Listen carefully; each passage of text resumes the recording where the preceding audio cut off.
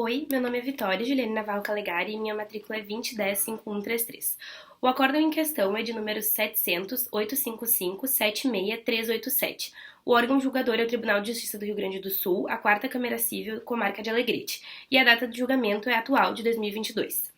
O acórdão discutido trata-se de uma decisão em que questionava a legitimidade da penhora sob remuneração arbitrados em 30%, a fim de cumprir o pagamento dos honorários sucumbenciais. Em razão disso, o executado interpôs agravo de instrumento, requerendo a reforma da decisão de primeiro grau, suscitando que é inaplicável a penhorabilidade da remuneração, uma vez que os honorários sucumbenciais não possuem os mesmos benefícios previstos para proteger as prestações alimentícias. Em contrarrazões, o agravado pugnou pela manutenção da decisão à qual, enquanto o Ministério Público deu seu parecer pelo conhecimento e desprovimento do recurso. Realizadas tais manifestações, o desembargador relator passou a análise do presente recurso através de seu voto, o qual iniciou identificando a presença dos pressupostos de admissibilidade, vindo a conhecer o recurso.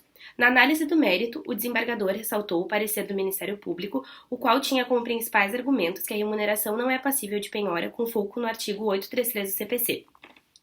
O Ministério Público entende que o pagamento dos honorários sucumbenciais possui natureza alimentar e, portanto, gozam das mesmas prerrogativas que as demais de mesma natureza. Logo, o parecer do Ministério Público foi de conhecer o recurso e pelo seu desprovimento, a fim de manter a decisão da penhorabilidade da remuneração sob o percentual de 30% para o pagamento dos honorários sucumbenciais. Posteriormente, o julgador passou a demonstrar o entendimento do Superior Tribunal de Justiça, que se posiciona a favor da penhorabilidade da remuneração em casos que seja tratado o pagamento das verbas de natureza alimentar. Em prosseguimento, o desembargador atentou-se a apontar que tais constrições não devem ensejar uma área de dignidade do executado, pois as mesmas devem garantir que ainda reste condições que garantam a subsistência daquele que tem a sua remuneração penhorada. Diante disso, foi analisado os atuais provimentos do agravante e, sendo assim, diante de toda a fundamentação exposta, o julgador votou por conhecer e dar parcial provimento ao recurso, diminuindo o limite da penhora sob 20% da remuneração líquida do agravante. Olá, meu nome é Thaís Klein Santos e minha matrícula é 2010-5044. Antigamente, quem respondia pela dívida do devedor era o seu próprio corpo. Com a lei Poetia Papria, passou a ser o seu patrimônio, como é atualmente. A penhora é o conjunto de atividades de natureza executiva composto por 3 grandes eixos: a individualização dos bens, a atribuição do depositário e a apreensão do bem. O artigo 789 do CPC destaca que o devedor deve responder com todos os seus bens presentes e futuros para o cumprimento de sua obrigação, salvo as restrições estabelecidas em lei.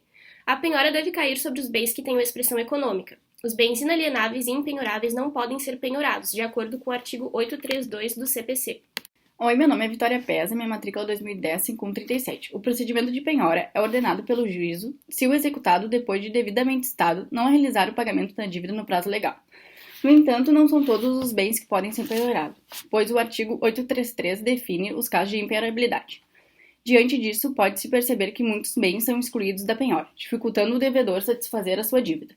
Dessa forma, verifica-se que a preferência é que a penhora seja feita sobre o dinheiro ou imóveis do devedor. O artigo 835 traz a ordem preferencial de penhora a ser seguida. Excepcionalmente, é possível penhorar parte dos honorários advocatícios contratuais ou sucumbenciais, quando a verba devida ao advogado ultrapassar o razoável para o seu sustento e de sua família, uma vez que entende os honorários como de natureza alimentar.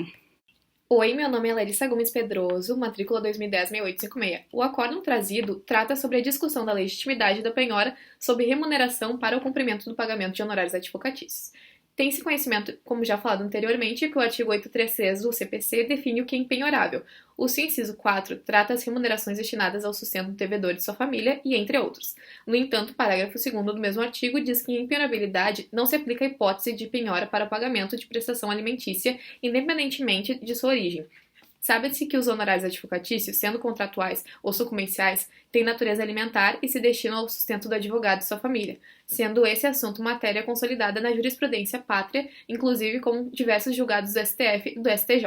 Sendo assim, como exemplo o próprio acórdão, é possível a penhora sob remuneração quando a dívida se tratar de honorários, uma vez que estes se incluem nas prestações alimentícias do referido parágrafo 2º. Entretanto, é importante ressaltar que o desembargador do acórdão ainda ressaltou que as constrições feitas não devem atingir a dignidade do executado, pois este também depende da sua remuneração para subsistência, e é por isso que o julgador decidiu, no acórdão em questão, penhorar apenas 20% da remuneração líquida do agravante.